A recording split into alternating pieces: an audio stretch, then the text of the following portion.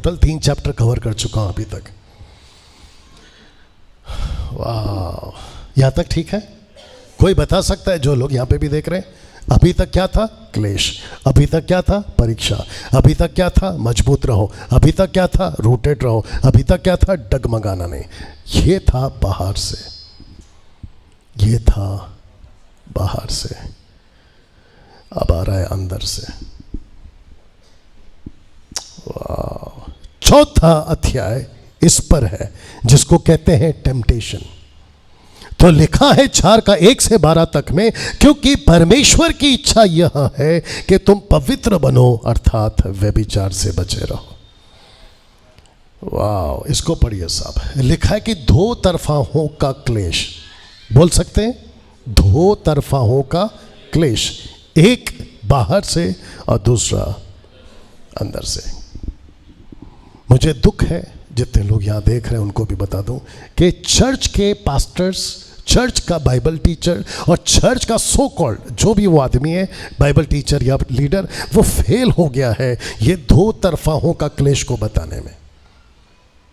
Yes sir no? तो लिखा है बाहर से क्लेश और अंदर से क्लेश। अभी तक क्या पता चला कि थिस्सलुनीके की कलीसिया बाहर से, बोलना था आपको, मजबूत है, बाहर से अभी तक टिकी हुई है, बाहर से रूटेड है। बात करते हैं अंदर से क्या हाल है। वचन 1 अध्याय 4 लिखा है, इसलिए हे भाइयों हम तुमसे विनती करते हैं और तुम्हें प्रभु यीशु मसीह में समझाते हैं कि जैसे तुमने हमसे योग्य चाल चलना और परमेश्वर को प्रसन्न करना सीखा है, जैसा तुम चलते भी हो वैसा ही और भी बढ़ते जाओ, क्योंकि तुम जानते हो कि हमने प्रभु यीशु की ओर से तुम्हें कौन कौन सी आज्ञा दी है, और जिसमें सबसे इंपॉर्टेंट है आपके बीच में रख रहा हूं, क्योंकि परमेश्वर की इच्छा यह है कि तुम पवित्र बनो, अर्थात व्यभिचार से बचे रहो ना। इसके ऊपर थोड़ा सा बात करूंगा, और बट मैं चाहूंगा कि आप लोगों का फोकस यहां पर हो। उस वक्त भी और आज भी लूसीफर अगर बाहर से आपको नहीं गिरा पाया तो अंदर से जरूर गिराएगा। वापस कहता हूं कि अगर लूसीफर आपको बाहर से नहीं गिरा पाया तो अंदर से जरूर गिराएगा। कहता है कि पवित्र बनो। पवित्र बनने के लिए और आपको आप पवित्र बनाने के लिए व्यभिचार एकमात्र रास्ता नहीं है। व्यभिचार उस वक्त में टॉप पे था, जैसे आज भी टॉप पर है। मैं न्यूज़ देखते रहता हूं, कुछ कुछ चीज़ों को स्टडी करता हूं जो संसार के लोग हैं। 60s में और 70s में, बहुत ध्यान से सुनना, जो मूवीज बनती थी उसका फोकस होता था स्टोरी, उसके फोकस होते थे मॉरल लेसन्स, कुछ सीख मिले सोसाइटी को, समाज को। लेकिन उसके बाद 90 के जो डायरेक्टर्स आए ना मूवीज में काम करने वाले, उनका पहले से दिमाग खराब था। आप नहीं समझ रहे हो, उनका दिमाग पहले से खराब था। अगर किसी को कुछ बोलना है वीडियो बना सकते हैं। 90 में जो डायरेक्टर्स आते थे उनका दिमाग पहले से खराब होता था और वो पहले से करप्टेड थे। और मैं बात कर रहा हूं सबकी, क्योंकि ऐसा अभी तक कुछ नहीं सीखने को मिला और ना ही कभी आगे मिलेगा। इनका जो सोर्स है वो पाप ही है, पाप ही है, पाप ही है। वो खुद पीते हैं तो कहां से दुनिया को सिखाएंगे कि मत पियो? वो खुद गलत काम में है, कहां से सिखाएंगे कि गलत काम मत करो? You understand?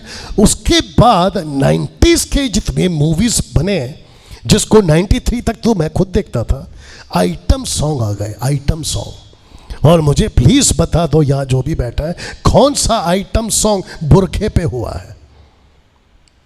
बुरखा, बुरखा समझते हैं? कौन सा आइटम सॉन्ग बुरखे पे हुआ है? कभी किसी ने देखा? मैं पूछ रहा हूं, ऐसा कौन सा आइटम सॉन्ग बुरखे पे हुआ है? बुरखे पे आपने कभी देखा? या नहीं देखोगे।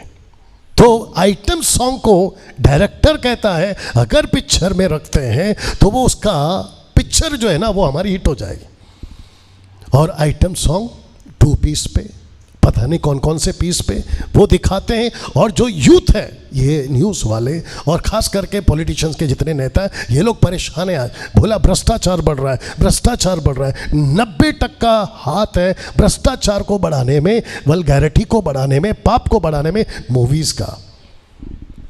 क्योंकि 3 घंटे में अच्छा खासा ब्रेन वॉश होता है। नहीं समझ रहे हैं आप लोग? 3 घंटे में अच्छा खासा ब्रेन वॉश होता है। आदमी देखता है देखता है देखता है। कौन सा पिक्चर पसंद करते हैं आजकल के बच्चे? कि हीरो आया है और विलन उसको मार रहा है और हीरो उसको एक बार भी नहीं मार रहा है, तो बच्चे क्या बोलते हैं, काय का हीरो है ये। आजकल डायरेक्टर को भी पता है कि हीरो जो है वो एक थप्पड़ भी नहीं खाना चाहेगा, एक थप्पड़ भी नहीं खाना चाहेगा। आजकल के माइंड सेटअप ये है। सोच के देखिए पवित्रता को खराब करने में किस लेवल पर बाहर, तो सोच के देखिए अगर बाहर सब कुछ गड़बड़ है तो फिर सवाल उठता है कि अंदर कैसे होगा। या तब जाकर कहता है कि पवित्र बनो। वचन 4, तुम में से हर एक पवित्रता और आदर के साथ अपने पात्र को प्राप्त करना जाने। सब लोग ठीक जाने। मैं बाहर से मजबूत हूं, अंदर का छोड़ दो। यीशु कहता है बेटा बाहर से भी मजबूत, अंदर से भी मजबूत। You understand? अब इसको पढ़िए साहब। वचन पाठ, ये काम अभिलाषा से नहीं और ना उन जातियों के समान जो परमेश्वर को नहीं जानते। कौन है परमेश्वर को नहीं जानते? हॉलीवुड, बॉलीवुड, टॉलीवुड। कौन है जो परमेश्वर को नहीं जानते? आपके जितने रिलेटिव्स हैं परमेश्वर को नहीं जानते। आपके जितने स्कूल के दोस्त हैं, कम ऑन स्पीक, परमेश्वर को नहीं जानते। आपके जितने कॉलेज के दोस्त हैं परमेश्वर को नहीं जानते। आपके जो पड़ोसी हैं वो भी परमेश्वर को नहीं जानते। मैं आपको डंके की चोट पे बोलता हूँ, ओपन चैलेंज देता हूँ, आप किसी व्यक्ति अविश्वासी के साथ में 1 घंटा रह के बताओ, आपको उसके अंदर के कुछ ना कुछ तो आप साथ में लेकर आओगे, कुछ ना कुछ साथ में लेकर आओगे। मैं बीच में किसी को पूछता था कुछ 10-15 साल पहले, तू गाली कहाँ से सीखा? बोला क्या करो, अभी मैं उसका नाम लूंगा ना तो आप बोलोगे अच्छा वो था। मैंने उसको पूछा तो गाली कहाँ से सीखा? क्योंकि गाने का प्रैक्टिस चल रहा था, गाने का प्रैक्टिस चल रहा था। मैं उसको प्रैक्टिस दे रहा था गाने का और उसके मुंह से ऐसी गाली निकल गई जो माँ के ऊपर है। मैंने बोला तू कहाँ से सीख गया ये वाला, ये तेरे मुंह से कहा? बोला अरे अन्ना बुलाता था मेरे को, अन्ना। अगर किसी को समझ में आ गया तो समझ जाना। कहता अन्ना क्या करो, आजकल मैं माहिम में बहुत घूमता हूँ, माहिम। मैं बोला अच्छा। बोला क्या करूं, वहां से आ गया है। आधा घंटा 1 घंटा रहो, आपको उसकी लत लग जाएगी, आपको उसकी आदत पड़ जाएगी। कम ऑन, यस और नो? और लिखा है कि जातियों के समान नहीं जो परमेश्वर को नहीं जानते। बहुत ध्यान से सुनना। सबसे दोस्ती करो, सबसे रिस्पेक्ट करो, सबको प्यार करो, बाहर वालों की बात करो, सबके साथ में उठो बैठो, चाय पियो, नाश्ता करो, खाना खाओ, सब कुछ करो, लेकिन अपनी हद पहचानो, अपनी हद पहचानो। आप ऑफिस में काम करते हैं, अपनी हद पहचानो। आप सेकुलर दुनिया में काम करते हैं, अपनी हद पहचानो। आप दोस्तों के साथ घूमते हैं, अपनी हद पहचानो। क्योंकि अन्य जातियों के परमेश्वर जो उनको वो मानते हैं वो तुम्हारे अंदर अपना बीज जरूर बोएंगे। बहुत डीप में जा सकता था लेकिन वक्त को ध्यान रखना। वचन 6, इन बातों में कोई अपने भाई को ना ठगे। सब लोग ठीक है पीछे? इन बातों में कोई अपने भाई को ना ठगे, ना उस पर दाव चलाए, क्योंकि प्रभु इस सब बातों का पलटा लेने वाला है, जैसा कि हमने पहले तुमसे कहा और चिताया भी था। इसका मतलब क्या पता है? तुम ऐसे जीवन जियो कि तुम किसी को मत ठगो। ठगना समझते हैं? और सबसे ज्यादा आदमी ठगता किस में आज की तारीख में? पैसों के मामले में। या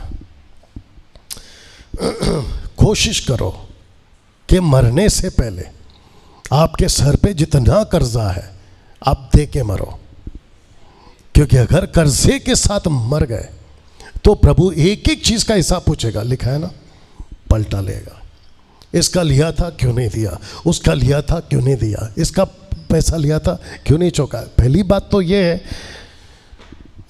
किसी का लो ही मत। पहली बात क्या है? किसी का लो ही मत। हाँ, जितना दे सकते हो उतना देते रहो, और देने के बाद भूल जाओ, देने के बाद भूल जाओ। हम कितने लोगों से लिए थे, कितने लोगों को दिए थे, और फिर जब लेने की बारी आई तो वो हमको भूल गए, और फिर बाद में हमको प्रभु कहता है डैनियल तू भी भूल जा, नहीं तो रात को नींद नहीं आएगी। और हमने कुछ लोगों को कॉल करके कोशिश करी, लिया था कब देगा, लिया था कब देगा। अगर मैं यहाँ पे आंकड़े बताऊं आपके होश उड़ जाएंगे कि हमारा इतना गया है। तो प्रभु कहता है कि पलटा लेना किसका काम है? परमेश्वर का काम है। जैसा कि हमने पहले तुमसे कहा और चिताया था ना, इसको सुनिए, क्योंकि परमेश्वर ने हमें अशुद्ध होने के लिए नहीं परंतु पवित्र होने के लिए बोला। वचन 3 तक क्या चल रहा था, माफ करें, अध्याय 3 तक क्या चल रहा था, बाहर का क्लेश, बाहर का क्लेश। अब आपको नहीं लग रहा है अंदर का क्लेश? कैसा लग रहा है अभी तक? रख रहा हूं, वक्त का चिंता मत करो। लिखा है वचन 8 में, इस कारण जो तुच्छ जानता है वो मनुष्य को नहीं परंतु परमेश्वर को तुच्छ जानता है, जो अपना पवित्र आत्मा तुम्हें देता है। मुझे तुच्छ कहते हैं लोग, मुझे तुच्छ कहते हैं लोग। आपने देखा है ना यूट्यूब पे, फेसबुक पे, मुझे कहते हैं ना, मुझे बताओ कि इसको पढ़कर वो किसको तुच्छ कह रहा है? और उसको तुच्छ कह रहे हैं जिसको पवित्र आत्मा दिया है। ब्रैकेट में मरकुस 3:28 से 30 तक में यीशु को कहते थे इसमें दुष्ट आत्मा है, जबकि यीशु के अंदर कौन सा आत्मा था? पवित्र आत्मा। और यीशु ने क्या कहा? मुझे कह दो भला बुरा माफी है, उधर कह दो भला बुरा माफी है, लेकिन जो आत्मा से भरा है उसको भला बुरा कहोगे, माफी नहीं है। तो मैंने क्या सीखा? बोला ओ ठीक है, जो मुझे गालियाँ बकते हैं फेसबुक और यूट्यूब पे, मेरे को पता है कि उनका क्या होने वाला है अंत के दिनों में। बल्कि मैं यहाँ पे बैठ के सोच रहा हूँ कि सामना कैसे करेंगे जब यीशु मसीह लेफ्ट राइट दन दन दन दे रहा होगा। कैसी हिम्मत की वीडियो बनाने की, कैसी हिम्मत की उल्टा सीधा बोलने की। बोला प्रभु, बात करने की भी औकात नहीं होगी उनकी, यहाँ तक तो मैं समझता, लेकिन उस कैटेगरी में मैं नहीं खड़ा रहना चाहता। वचन 9, किंतु भाईचारे के प्रीति के विषय में यह अवश्य नहीं कि मैं तुम्हारे पास कुछ लिखूं, क्योंकि आपस में प्रेम रखना तुमने आप ही परमेश्वर से सीखा है। यहां पे कुछ लोग बैठे हैं, आप लोगों के अंदर इतना गुस्सा है किसी के प्रति, अगर माफ करके बैठे हो ना तो ये परमेश्वर का प्रेम है जो तुम माफ करके बैठे। नहीं तो इम्पॉसिबल नहीं है, सॉरी पॉसिबल नहीं है कि आप उसको माफ कर दो। वचन 10, सारे मकी दुनिया के सब भाइयों के साथ ऐसा करते भी हो, पर हे भाइयों हम तुम्हें समझाते हैं और भी बढ़ते जाओ। किसमें? आपके भीतरी लड़ाई में बढ़ते जाओ। जैसे हमने तुम्हें आज्ञा दी वैसे ही चुपचाप रहने, अपना अपना कामकाज करने, अपने अपने हाथों से कमाने का प्रयत्न करो। खुद की रोटी खुद खाओ। अगर कोई देता है, एग्जाम्पल दे रहा हूं, अगर कोई देता है एक बात जरूर पूछना, वापस तो नहीं मांगेगा ना? और अगर वापस मांगने वाला तो नहीं चाहिए। You understand? अपनी रोटी खुद खाओ। लिखा है, दिमाग में कुछ आ रहा था नहीं बोलूंगा, लिखा है वचन 12 में, बाहर वालों के साथ सभ्यता से बर्ताव करो, तुम्हें किसी वस्तु की घटी ना हो। बाहर वालों के साथ ठीक से रहो। ओके, अब यहाँ पे रुक रहा हूँ। मैं फिर पूछना चाहता हूँ क्योंकि 1 से 12 हो गया, ठीक है ना? चौथा अध्याय 1 से 12, अंदर की लड़ाई 1 से लेके तीसरे अध्याय तक, बाहर की लड़ाई। कितनी लड़ाई? मेरा हाथ देख लो, 2 लड़ाई, एक बाहर से एक अंदर से। बाहर भी मजबूत, अंदर भी मजबूत। जब ऐसा होगा, I ready for next one? जब ऐसा